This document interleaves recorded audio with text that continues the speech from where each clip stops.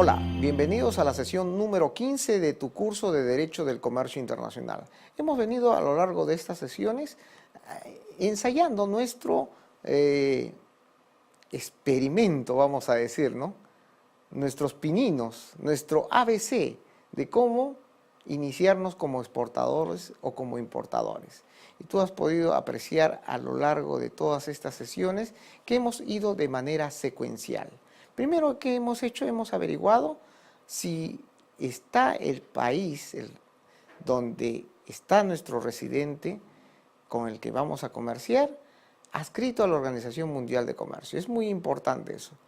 A través del foro también te lo he vuelto a preguntar. Por favor, quiero que me des respuestas a mi consultoría, no de opiniones generales que puede dar cualquier persona de la calle.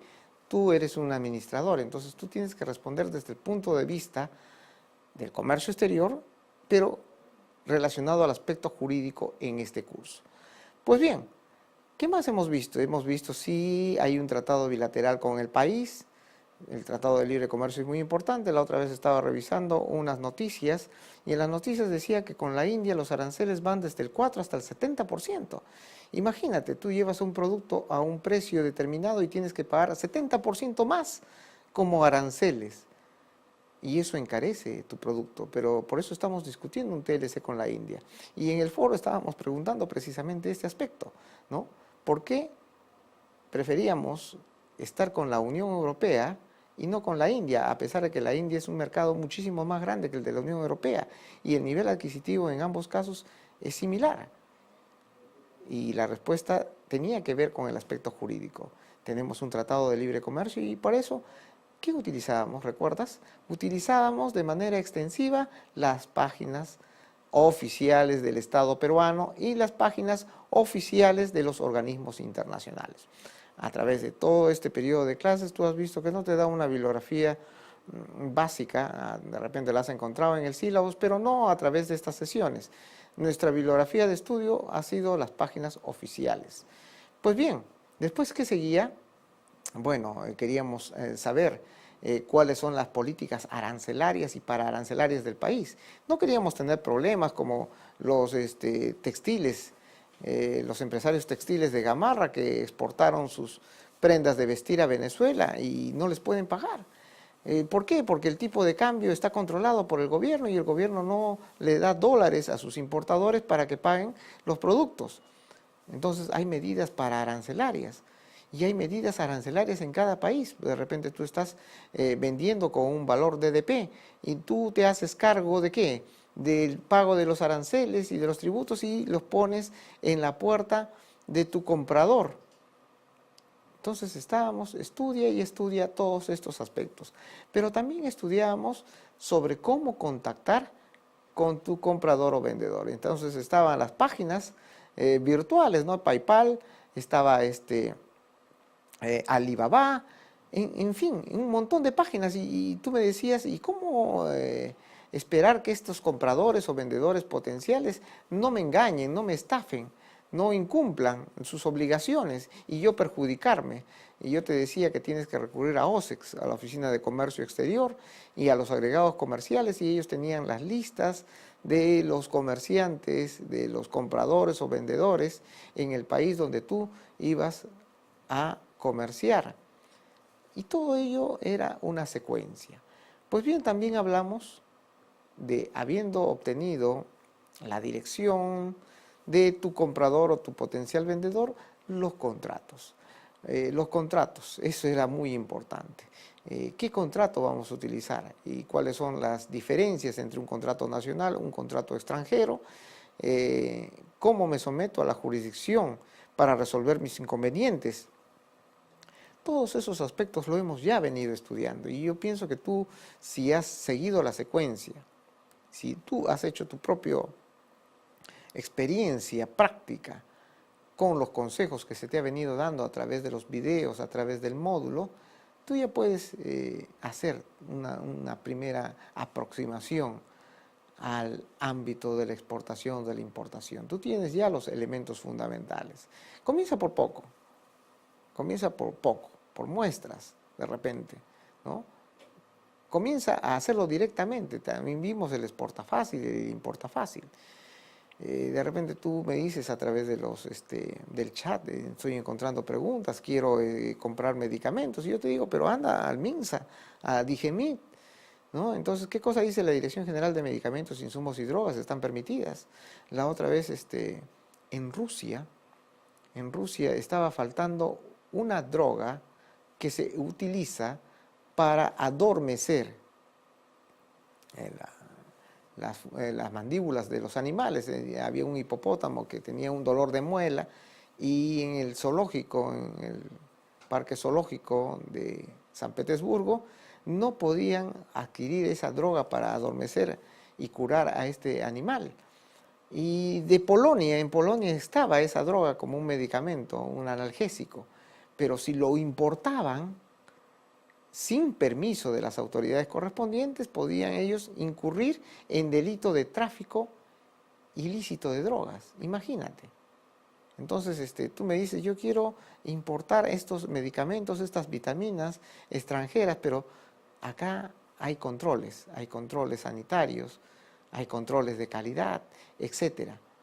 Pruebas de compatibilidad para ver que sea inocuo para la salud de las personas, no vayas a perjudicarla antes que ayudarles. Tenías que ver todos esos aspectos. Pues ahora vamos a ver algo más acerca de los contratos. Hemos visto la contratación de manera muy general. Tú de repente has adquirido tus formatos virtuales, esos son contratos. De repente tú estás llamando por teléfono y has cerrado un acuerdo, ese es un contrato. De repente tú has mandado un fax o has mandado un correo electrónico, ese es un contrato. Pero ahora vamos a ver ciertas características fundamentales de los contratos. Vamos a ver contratos de comercio internacional. Y el contrato es el acuerdo, como dice, entre dos o más partes destinados a establecer las reglas, derechos y obligaciones sobre las cuales debe implementarse la relación. En nuestro país, cuando tú celebras un contrato, si el contrato es comercial, está sujeto a la ley. Y la ley establece dos cosas, la observancia de la forma y la solemnidad. Vamos a ver, en la forma, te dice, el contrato debe ir por escrito. Los contratos verbales no existen en nuestro derecho nacional, salvo en el derecho laboral, el contrato a plazo indeterminado puede ser verbal, te dice la ley. Claro, porque hay otros elementos que prueban la relación laboral, aparte de este documento. Pero en el comercio, los contratos son escritos, la forma debe ser por escrito. Forma. Y la solemnidad es el valor que tiene el documento frente a terceros. Yo celebro un contrato, agarro una hoja de papel, escribo, firma el vendedor, firmo yo como comprador, y es un acuerdo, es un contrato. Está la forma escrita, pero no hay la solemnidad. Un tercero viene y dice, para mí eso no vale nada, es un documento privado. Entonces de repente tú le das otro valor y le dices, bueno, acabamos de legalizar nuestras firmas ante notario. O de repente le dices, este contrato ha sido elevado a escritura pública en la notaría tal. O este contrato, que ha sido elevado a escritura pública, está registrado en los registros públicos. Mira, le estamos dando un valor para terceros. A eso se le llama solemnidad. Pero ¿será igual en los contratos de comercio internacional? ¿Qué tenemos que hacer? Tenemos que ir a la fuente. Y cuando hablamos de la fuente, acuérdate, para el derecho del comercio internacional, la fuente comienza por las reglas internacionales, los convenios de la OMC, sus recomendaciones, lo que dicen los tratados de libre comercio, lo que dicen los acuerdos regionales, están los usos y costumbres internacionales, está la legislación nacional que ya está adecuada a toda esa legislación internacional. Vamos en el siguiente recuadro y nosotros estamos frente a la contratación internacional y rige ¿qué cosa? Las reglas de la Convención de Viena de 1980 para el caso de la compraventa. ¿Dónde podemos accesar este documento? Vamos a la página de UNCITRAL, por sus siglas en inglés, .org, o CENUTMI, la Comisión de las Naciones Unidas para el Derecho Mercantil Internacional. Y en textos de la CENUTMI vemos compra-venta internacional de mercancías y ahí encontramos ¿qué cosa? el texto de la Convención de Viena de 1980. ¿Podemos encontrar otra documentación? Claro, podemos encontrar documentación relativa a servicios. Hemos hablado del comercio de bienes, pero no del comercio de servicios. Podemos encontrar información relativa a las patentes, a la propiedad intelectual. Podemos encontrar información relativa a los ISOs. Podemos encontrar mucha información. Información de primera mano que no lo vas a encontrar en la bibliografía nacional, en los libros nacionales, ni en la biblioteca. Vas a encontrar información de primer orden. En el siguiente recuadro vamos a ver que los contratos tienen una clasificación. Los contratos pueden ser principales o accesorios. El contrato principal existe de manera autónoma. No depende de la existencia de otro contrato para su existencia. Diferente es el caso del contrato accesorio. El accesorio sigue la suerte de lo principal. Entonces tiene que haber un contrato principal para que el accesorio tenga existencia. Si el contrato principal no existe, el accesorio no existe. Vamos a ver en el contrato de compra-venta. En el contrato de compra-venta es un contrato principal. ¿Por qué? Porque no depende de otro para su existencia. Tú celebras un contrato. A ver, tú tienes, por ejemplo, un formato. En el formato virtual que tú tienes a la vista, ¿qué cosa hay? Un contrato. Identifícalo. En ese contrato vas a ver ciertos elementos. Está la capacidad de las partes. Está el vendedor, está el comprador. ¿Qué más? Está el consentimiento. Ambas partes consienten en llevar a cabo una operación de comercio, sea de venta, sea de compra. Está la modalidad de pago. Ya te dicen, es con valor CIF. El valor que tú estás pagando por el bien está constituido por el costo del producto, por el seguro y por el pago del transporte, valor CIF. Puede ser valor ex-work. Ahí te están utilizando con estas siglas, ex-work, CIF, FOB, DDP, los Incoterms, los términos de comercio internacional, que son usos y costumbres. Entonces te dice, el valor que tú estás pagando ex-work, en planta. Ya tú te haces cargo del resto. Mira todo lo que hay en un formato de contrato. ¿Has expresado qué cosa? Tu consentimiento. ¿En qué? En cuanto a los derechos y obligaciones que se generan del mismo documento. ¿Has expresado qué cosa? El ánimo de lucro. Ningún contrato de comercio internacional es gratuito, es oneroso siempre. Hay de por medio un interés económico. Tú quieres ganar. Pues bien, este contrato de compra-venta que tú ves en tu formulario virtual que debes tener a la mano, porque yo sé que tú has consultado páginas virtuales. Yo consulté una página virtual de una editorial, ¿no?, que vende libros y me dijeron, llena este formulario. Ese formulario es mi contrato. ¿Y ante qué contrato me encuentro? Ante un contrato principal. Fácil. Es independiente.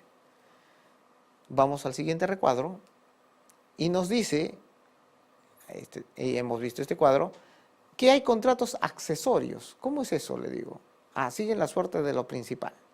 Si el contrato principal es la de compra-venta, pues para que tu mercadería pueda venir sin riesgos, de repente hay un riesgo, se pierde la mercadería, se maltrata la mercadería.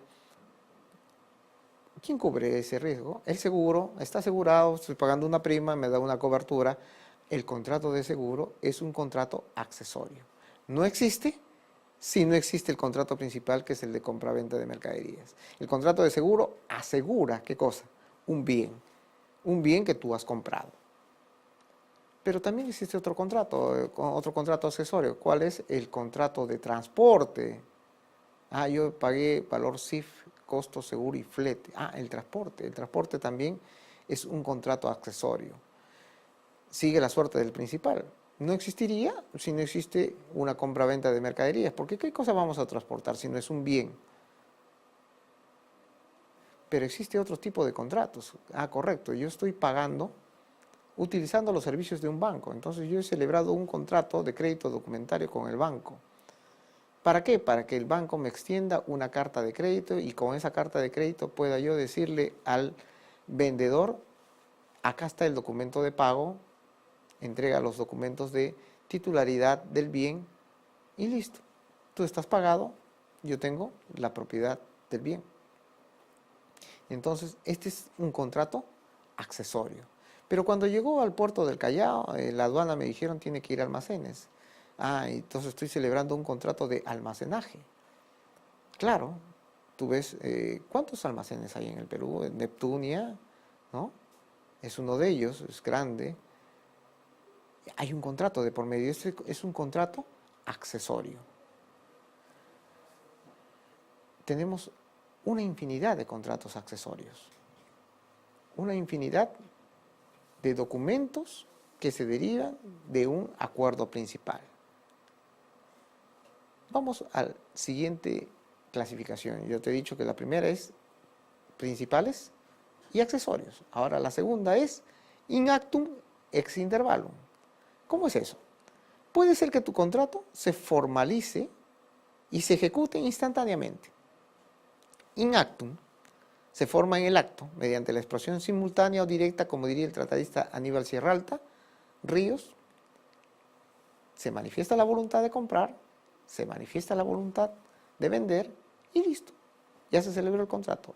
En el acto. In actum es un vocablo en latín. En el acto. Pero puede ser que tu contrato no tenga esa característica y sea ex intervalum.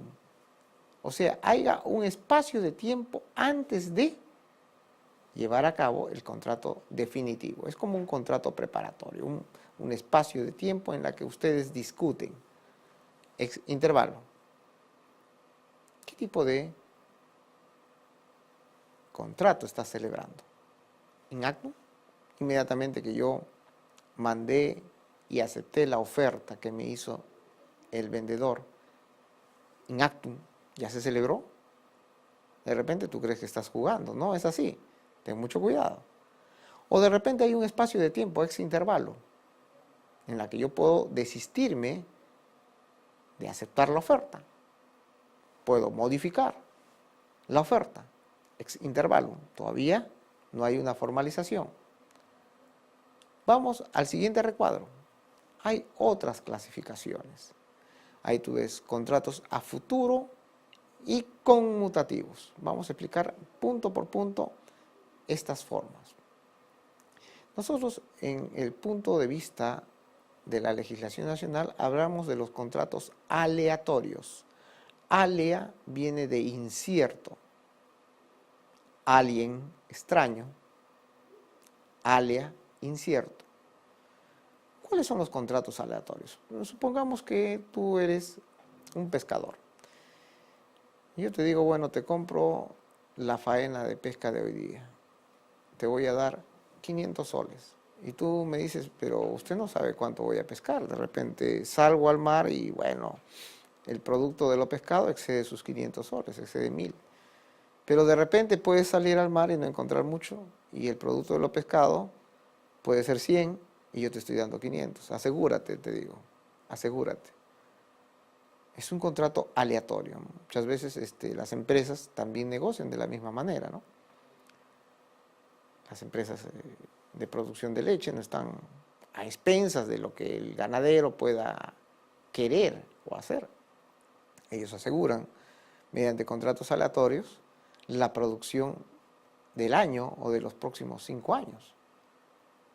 Esos son contratos aleatorios, a futuro. Pero pueden haber contratos conmutativos ciertos. Ya yo te estoy comprando un lote de mercaderías, identifico la mercadería que te voy a comprar y establecemos el precio y listo. Es un contrato conmutativo. Se conoce desde el momento de celebrar las condiciones en las cuales uno está acordando. El precio, el bien, las especificaciones del bien. Mira, en tu contrato, en tu formulario, ¿de qué habla? En tu contrato virtual, ¿de qué hablas? ¿De un contrato aleatorio a futuro, incierto, o de un contrato conmutativo? ¿Conoces ya desde ya las reglas? Puede ser un contrato de ejecución única. Yo te digo, voy a comprar una mercadería, voy a traerla, voy a importarla de Japón. El empresario japonés, el exportador, me vende, yo pago el precio y listo, se terminó. Se acabó. Ejecución única. O puede ser un contrato de ejecución periódica. El suministro de un bien. Yo le digo, quiero que me suministres bobinas de papel. ¿Por qué? Porque yo tengo una imprenta y necesito bobinas de papel para imprimir mis libros, para imprimir periódicos. Y el suministro es continuo. No es un solo acto. Es en tiempo sucesivo. Quiero 10 suministros en el año, te digo. Entonces es un contrato de ejecución periódica, se va ejecutando en el tiempo. ¿Qué tipo de contrato vas a realizar? ¿Tiene esa característica? Ejecución única, se acaba ahorita, te venden, pagas y se acabó. ¿O te van a vender sucesivamente bastante tiempo? ¿Te acuerdas cuando hablamos de los medios de pago y te hablamos de las cartas de crédito? Y te hablamos de las modalidades de cartas de crédito. Hay una modalidad que se usa en los contratos de ejecución periódica. ¿Recuerdas? Será bueno entonces revisar la sesión correspondiente. Pero también hay otra clasificación. Hay contratos de equilibrio y contratos de adhesión. ¿Cómo es eso? En los contratos de equilibrio tú negocias las condiciones. Tú te pusiste de acuerdo con tu comprador o vendedor y tú le dijiste, mira, a mí me parece que el precio puede rebajarse, a mí me parece que las condiciones puedan ser más favorables, a mí me parece que el tiempo pueda disminuirse. Estás negociando. Ese es un contrato de equilibrio. Ambas partes han llegado a un acuerdo a través de la negociación. Pero hay contratos en donde nadie te permite negociar. De repente tú has entrado a un banco y tú les has dicho, quiero aperturar una cuenta corriente. ¿Y qué cosas te han dicho en el banco? Toma asiento y acá hay un formato. Firme usted debajo donde dice cliente. Yo te pregunto, ¿tú has negociado algo ahí?